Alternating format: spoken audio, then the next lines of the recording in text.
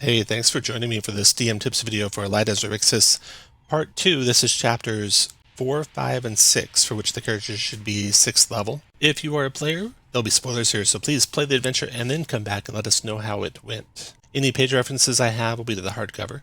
The authors for this adventure is Chris Perkins, Justice Ramin, Arman, Sadie, Lowry, Jeffrey Ludwig, and it says inspired by the 1982 film Flash Gordon. Go check that out. It's cheesy, but a fun film. Pacing, if you're doing this for a game day or a convention, and you have to do it in set, 2-hour blocks, and you have to finish each of the chapters in 2 hours, you're going to want to look at basically getting through the different parts I have listed here. So for chapter 4, you got the first hour, character intros, Nightspider attack and rescue, Rock of Brawl, Krux and the Elves. The Nightspider attack and rescue, you can drop that out if you think you're not going to have time. It was a lot of fun. I did it. The only other encounter here, well, there's two more. There's the encounter with the Elves and the encounter with the Jellyfish. Now, the Jellyfish one can go pretty quick, and the Elves can go pretty quick. They're not super long encounters, so keep that in mind if you're deciding, how fast you can run encounters, if you want to keep that one or not. Second hour, second wind, crew, Jellyfish. Now, if you have lots of extra time, you can throw in exploration of the Rock of Brawl, which is pictured here on the left. And that is in the Astral Adventurer's Guide. It's detailed there, and I'll have some description of that here in a minute. Chapter 5 is character intros. They are adrift after the fight with the Jellyfish, potentially, if they have lost their spelljamming helm. Then you got the tower in Topolah, and then Big Mama, and then piloting the ship through the wreckage of Gargenhale's fleet, and then Last Breath approaches, and they see Gargenhale. And that's the end of Chapter 5. Chapter 6, they have meeting Gargenhale, parleying with him, and then his crew mutinies against him, and then the party searches for the ship. And you definitely want to be into the boarding action before the start of the last hour, and then finally they find the princess. So that's what I would do for game days or conventions. And of course, for tools for pacing, the Nightspider attack you can take out or leave. You can take more or less time in the Rock of Brawl. You can take more or less time with any of the NPC interactions. Now, for music for the adventure. I'm using music here from Tabletop Audio mostly, in fact, completely. We have Astral playing and Docks District playing now. I want to use that for the Rock of Brawl in the first part. Derelict Freighter you could use for the assault exploration of the ship at the very end. Orbital Prison Break for any conflicts you have, and you can throw some other ones in there as well. Then for maps, let me zoom out and show you the page layout. Now, of course, all this starts out hidden from the players, and I reveal it as they explore. You have the maps that came with the adventure of the Rock of Brawl. Beautiful, beautiful artwork there. Then all the rest of these maps are by Tessa Maps, and they are fantastic. Really bring a lot of life to this adventure. I highly recommend getting those. I, for Tessa Maps, take these spaceships and make them about 1/10 scale, so that I can, each one of these squares is 50 feet for spaceship battles. Here I have the Nogi spaceship, and oops, that shouldn't actually be that ship at the start. They're magically replaced with the Moon Dancer. So yeah, and then for the deck plans, I do those full scale. Here is the Moon Dancer, and I darken the decks that are like a level different than what I'm seeing here. So this main deck here is actually on the level of this map. And then same thing with the second wind. It's got a main deck on a lower level from the tree. And same thing for the Last Breath. Images, of course, I take from the adventure, and I throw those into the room descriptions as we go. A couple of these are not directly from the adventure. Big Luigi, or Large Luigi for one, but you should be able to find him pretty easy with a Google search. And let's see. We didn't have the zombie, the space pirates you have to go find. I found some cool ones. Again, those aren't in the adventure, so don't make copies of them, but you can find things like that out there and on Google. You have Treant, although he doesn't play much of a role. The Voidscaver. The Solar Dragon, only in that the Solar Dragon can be summoned by the princess, but that's not likely going to happen in this part of the adventure anyway. Okay, let's run through the adventure itself. Starts out with the party facing the Nightspider. And again, that's one you can drop or contract if you need to. They'll be rescued at a time of your choosing by ships from the Rock of Brawl. Then the party will travel to the Rock of Brawl. And there's a picture of the Rock of Brawl.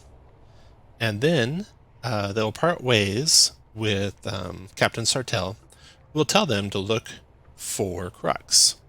And at this point, if you want, the party can explore the Rock of Brawl. So let's take a little excursion here and look through the Rock of Brawl. Beautiful map here, the Rock of Bral. And there's some history to it that I would give the players ahead of time if they have history skill. And then some description of some of the rulers of the place. Then the High City, rising above the rest of Bral on the trailing edge of the asteroid. We have Starhaven, which is the castle right there. We have Lake Bral, the festival and the arena, which are here, the festival grounds and the arena of Froon. Then we have the library, which is right here, the Library of the Spheres. Then we got the Man o' War, which is a good tavern. So I had a player that was kind of a noble looking for the best tavern in town, and the Man o' War is certainly that tavern that you can send them to. Theater, we've got the Royal Theatrical Company right here by the Man o' War. And then, of course, we got temples throughout the Temple District here. That is the High City. Then in the middle of the city, we got the Donjon right there. We got the Edge, which is a big tavern that the party might find interesting to stay at. Then you got Elmander's Star Charts, which has this cool image. Got Gasper's Reclamations right there. Of course, the Great Market right there. The Juggler's Folk Guild House. And of course, I just changed the description a little bit into a small backstreet playhouse. The Juggler's Folk is an acting company that puts on bawdy and crass comedies. Of course, this is all a facade because they're really a guild of thieves. And the Underbaron, the Juggler, operates out of the theater. Then we have the Red Mask. That's also a guild house, but it is described as a modest tavern with a placard hanging over the door depicting a thrashing bull rendered crudely in red paint. This is a group of violent youngsters fighting for influence, frequently come into conflict with the Juggler's Folk right over here. And there's a series of linked cellars beneath the streets, and the guild business need to be admitted to secret sanctum before permitted to speak with the leaders there. Then we have the mages. The mages are right up here in the Mages Guild Hall. We have the Syndiath. The Syndiath is right down here, the Syndiath line, for getting passage to their star systems. Then we have the Smiths, which is right here, trades weapons and armor. And then the Valkans, which is right here, group of soldiers, mercenaries. Party could join them if they wanted to. Then you have the Low City, the heart and soul of the Rock of Bral. Here we have the docks where the party will obviously arrive. We have the dry dock here. We have the Happy Beholder here. So when the party arrives at the docks and they're told by Captain Sartell to find the Happy Beholder, you could have the party be into the Beholder and back to the docks and away and basically never explore the Rock of Bral. Which is kind of a shame. Because there's some more fun stuff there. You got the Happy Builder, the Lesser Market here in Lowtown. You got the Mercane Agency, that's trading magic items and such. The Rock Rat is the most dilapidated and filthy tavern in Bral, and owned by a were-rat, no less. You got the Xeno Termination Limited, hunting big monsters. The Burrows, so here's where the halflings have a big part of their neighborhood. The Dwarven District over here, and Gift Town with shots and reports of pistol fire ringing out as you approach it. Then, of course, you have the Undercity, or the Under the Rock of Bral, which the party won't probably get to.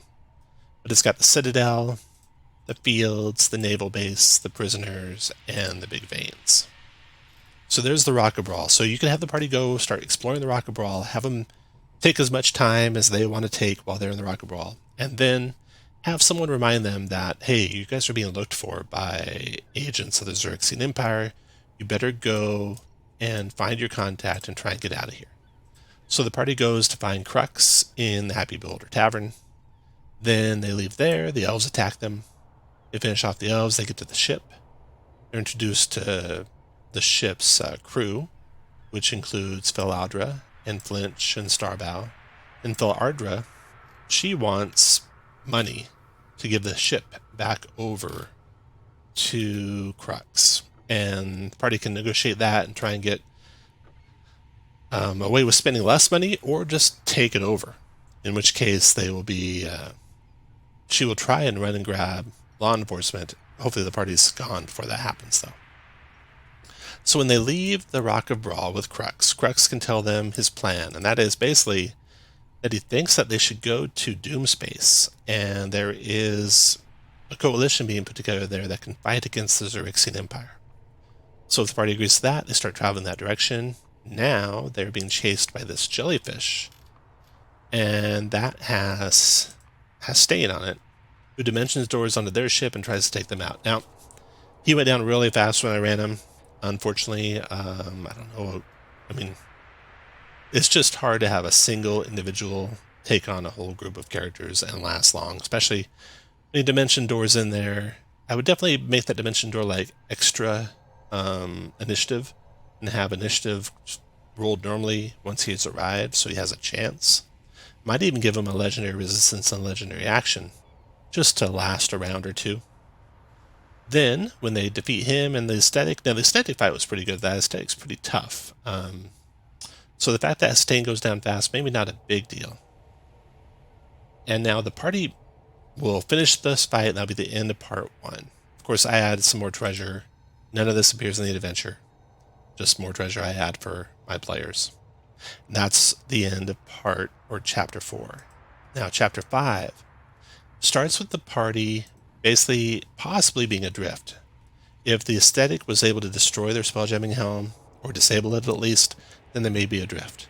Now, the party had a chance to find spelljamming helms previously in part 1, so they might have a spare. Although the spelljammer aesthetic can jam or scream in multiple times and can take out multiple spelljamming helms. Anyway, if they're adrift, then they could come across this pod of Kindori, which is a beautiful image there. Either way, they're going to have their ship, or they're going to take the Kindori to the tower. This is where they're going to try and talk to Topolah, and Topolah will hopefully help them out. She'll give them a tour of her tower, through the different floors of her tower. Finally, she'll share with them that she doesn't have a map, but that she has a wild space orrery that she would part with if they could take out the void scaver known as Big Mama. And so when the party is done exploring her tower here, and they're taking their boats, their jolly boats, back to the second wind, they get attacked by Big Mama, which is a void scaver. And void scavers, they can do some damage. Oh my. Their swallowing bite is 6d12 plus 6 damage. Plus I multiply it by a little bit more because I liked up the damage for my party, because they're usually pretty tactically sound players and not like them to be challenged. So they fight the void scaver. The void scaver regurgitates some treasure if they defeat it, and I add a little bit more there as I do. And then right after that fight, Topolah comes and shares with them, hey, I have another idea of someone who can help, and that is Gargenhale. So she tells them about her old flame Gargenhale. The party can get an insight check that she's holding some stuff about him. The party can decide to go after him. They come upon a wreckage of basically his fleet having been destroyed in a fight against Astral Elves. So at least that's a good sign that he might be on their side. Then the party will go through the wreckage. They'll have a couple of vampirates try to get on board. Krux will, of course, be completely against the vampirates being on board and will demand they be rebuffed, and then there'll be a fight there. And then chapter 5 ends with the party seeing, well, there's a wisp that also appears, asking if they want to go to the rendezvous point. And if they do, then they see the last breath approach, and they see Gargenhale on the deck, and that's where chapter 5 ends. The fish suit, the treasure here, all the gold is added by me. The fish suit's actually in the adventure, and the wild space orrery is actually in the adventure. Okay, and then chapter 7 or 6. Chapter 6 takes apart basically all aboard the last breath, and then, all aboard the second wind, and then aboard the last breath. So we pick up where we left off in chapter 5 with Gargenhale. And Gargenhale will agree to lead the characters if they will join his crew. And he will join with them as well. They'll ask about the pirate code possibly, so you want to have that handy. Then his crew will mutiny and flee with his ship. Then the party can follow either shipless or aboard the second wind, and if they follow aboard the second wind, Gargenhale, being a vampire captain, can make the second wind invisible. So he'll do that, and then the party can Star Trek, 2 Wrath of Khan style, go into the nebula, find the last breath, and board it. So the boarding action on the last breath, that's a lot of fun because there are a lot of pirates defending the last breath. These things are viciously powerful though, so be careful here. You might want to lower the numbers. The reason my party did really well is they had a lot of radiant damage, which these things are vulnerable to. If you have a party that doesn't have a lot of radiant damage, their energy drain can really stack up fast. So think about that. Maybe start with fewer than 6 and then add if the party's doing well. So there's all the pirates to fight on the top deck. Then there is the Spelljammer on the main deck here in the Spelljamming Helm. And he will fight with some pretty vicious spells. Hypnotic Pattern being especially dangerous if he gets that off while the party's still fighting the vampires. And then the party can explore the rest of the deck. This is where you can use the music from the... where did it go? That's Dragonlance. From Spelljammer's Derelict Freighter. Lower that one. That one completely gone. And then in the lower decks, they'll find the Ghost here. And he will try and get them to blow up the ship. That probably won't be too hard for the party to overcome, especially if they have radiant damage like mine did. And then finally, they'll find the princess, the Xaryxian princess. And that ends chapter 6, the end of part 2. A really fun adventure, still keeps going. We did all of this in 4 hours. We go through combat pretty fast, so it is possible to do it in 4 hours. We even had a little bit of exploration of the Rock of Bral. But it's probably more like 2 sessions for if you're playing a little bit slower or with more exploration of the Rock of Bral, more NPC interactions. Use your judgment on how fast you play and have a good time. Let me know how it went in the comments below.